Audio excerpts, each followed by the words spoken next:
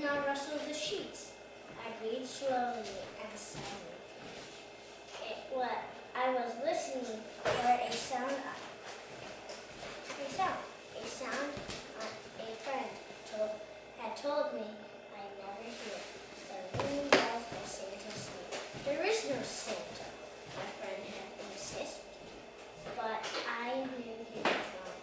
Late that night, I did hear a sound, but not of ringing bells. From outside came the sound of hissing steam and squeaking metal.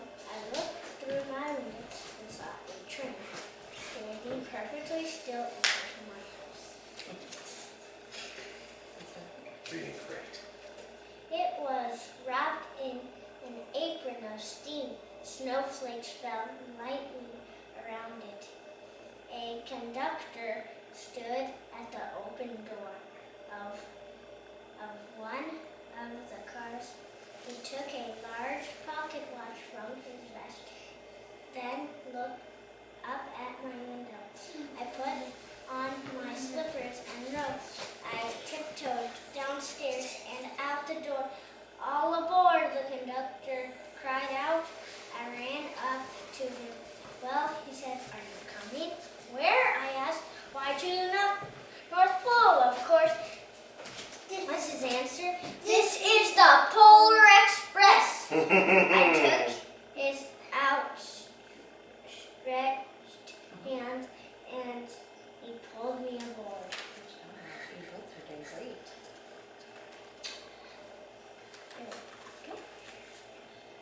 The train was filled with other children, all in their pajamas and nightgowns.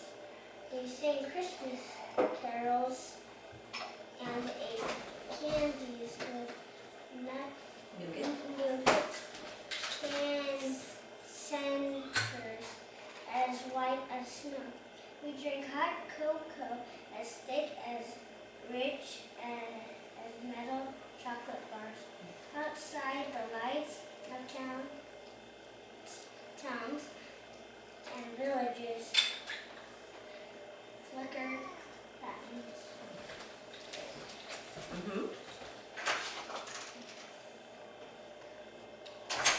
flickered in the distance as the Polar Express raced northward. Soon there were no more lights to be seen. We traveled through golden forest where lean wolves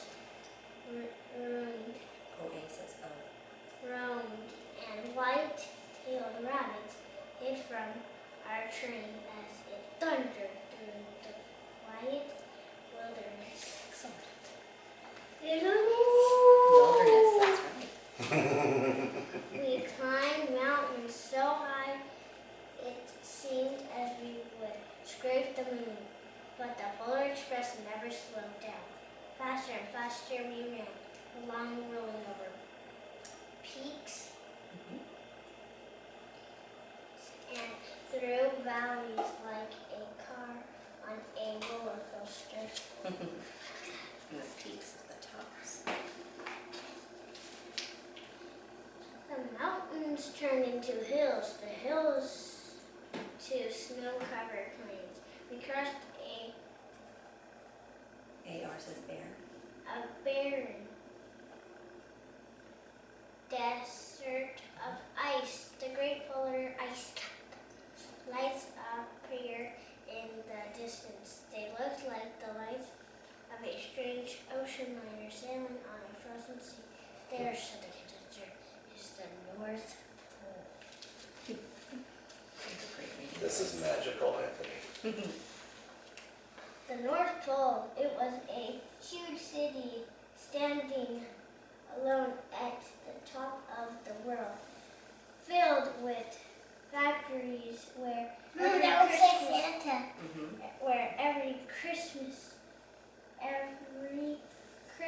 toy was made. At first we saw no elves. They are gathering at the center of the city, the conductor told us. That is where Santa will give the first gift of Christmas. Who receives the first gift? We all asked. conductor answered, "We'll choose one of you." You see Santa? Wait, There he is. that's a, I Do you think think, it's a picture of him? Or do you think it's him? because there wouldn't be a window right there if it's really dark.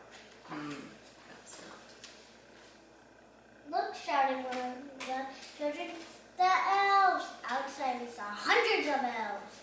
As our train drew closer to the center of the North Pole, we slowed to a crowd so crowded where the streets with Santa's helpers, when the Polar Express could go no farther, we stopped and the conductor led us outside.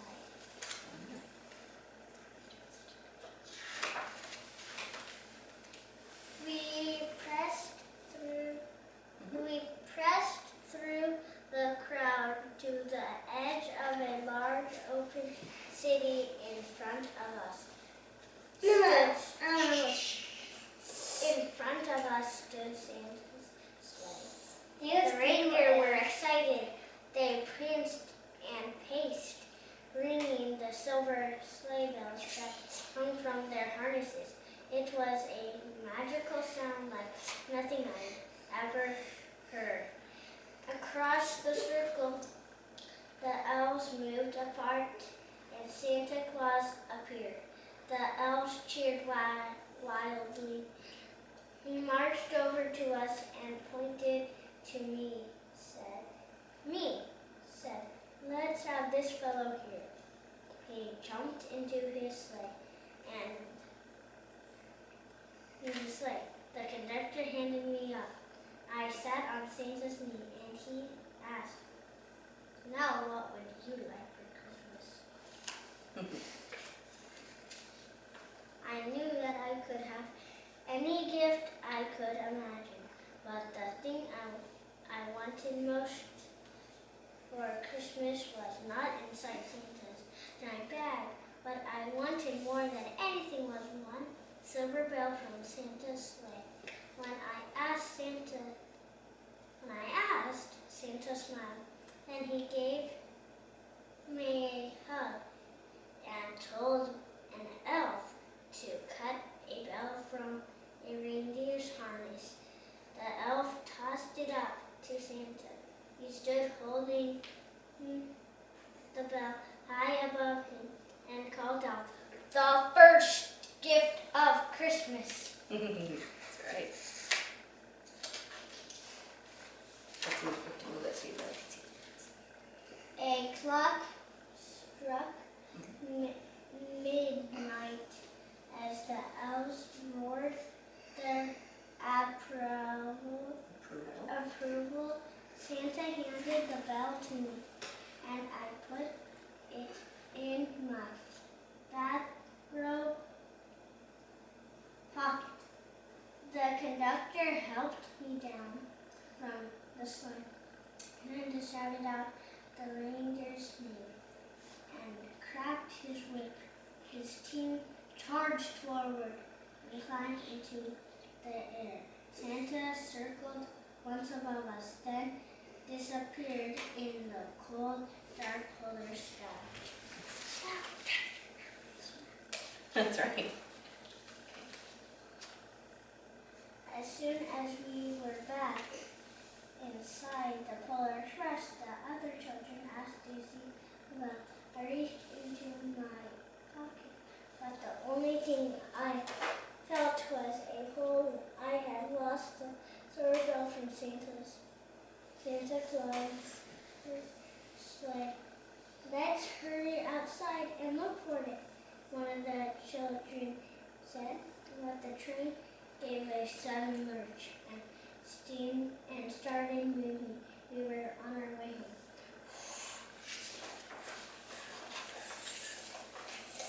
It broke my heart to lose that bell. When the train reached my house, I sadly left the other children. I stood at my doorway and waved goodbye. The said something from the moving train, but I couldn't hear him. What? I yelled out. He cupped his hands and around his mouth. Merry Christmas! He shouted. The Polar Express let out a loud blast from its whistle and sped away. On Christmas morning, my little sister Sarah and I opened our presents. When it looked as if everything had been unwrapped, Sarah found one last small box behind the tree. It had my name on it. Inside was the silver bells. There was a note. Found this on the seat of my sleigh. Fix that bowl in your pocket. Signed, Mr. C. I took the bell. It made the most beautiful sound my sister and I had ever heard.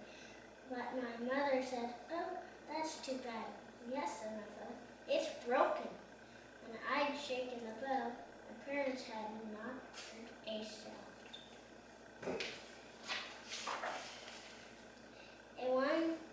At one time, most of my friends could hear the bell, but as years passed, it fell silent for all of them. Even Sarah found one Christmas that she could no longer hear its sweet sound. Though I've grown old, the bell still rings for me, as it does for all who truly believe. That was awesome. That was magical, Anthony. That was wonderful. Dad, Thank stop you. the video. Thank you. Good job, for buddy. bringing that to us. Dad, Beautiful. stop the video. How do you stop the video?